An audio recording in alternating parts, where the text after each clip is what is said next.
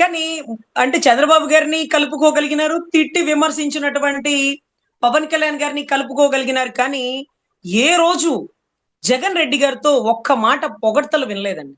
ఒక్క మాట విమర్శలు వినలేదు. అంటే ఏ వ్యక్తిని పొగడాల్సిన పని లేదు. విమర్శించాల్సిన పని లేదు. అవును. పొగిడితేనే పనులు జరుగుతాయి. విమర్శిస్తే మన పనులు జరగవు అనేది లేదండి.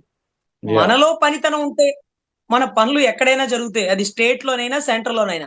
17 మెడికల్ కాలేజ్‌లు తీసుకురావడం అంటే సెంట్రల్ అంగీకారం లేకుండా రాదు కదా! అవును. మరి సెంట్రల్ ఎలా అంగీకరించింది? 10 సార్లు ఏమన్నా పొగిడినాడా?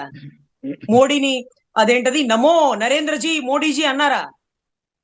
లేకపోతే ఏమన్నా ఆయనేమన్నా అంధీ హై, తుఫానీ హై అని జగన్ గారిని పొగిడారా? లేదే. నన్ను పొగడక్కర్లా. నేను ఇంకొకరిని పొగడక్కర్లా. నా పని హ్మ్. అవసరం. నా రాష్ట్రానికి ఇవి కావాలి అని యాహ్! తెచ్చుకున్నటువంటి వ్యక్తిగా మనం జగన్ గారిని చెప్పుకోవచ్చండి. ఎందుకంటే ఆయన ఎవరిని తలుచుకుంటే ఆయన వాళ్ళని తనలో కలుపుకునే శక్తి ఉంది. ఈరోజు రేవంత్ రెడ్డి గారిని కలుపుకోరంటారా? ఏమో మరి కలుపుకుంటారేమో.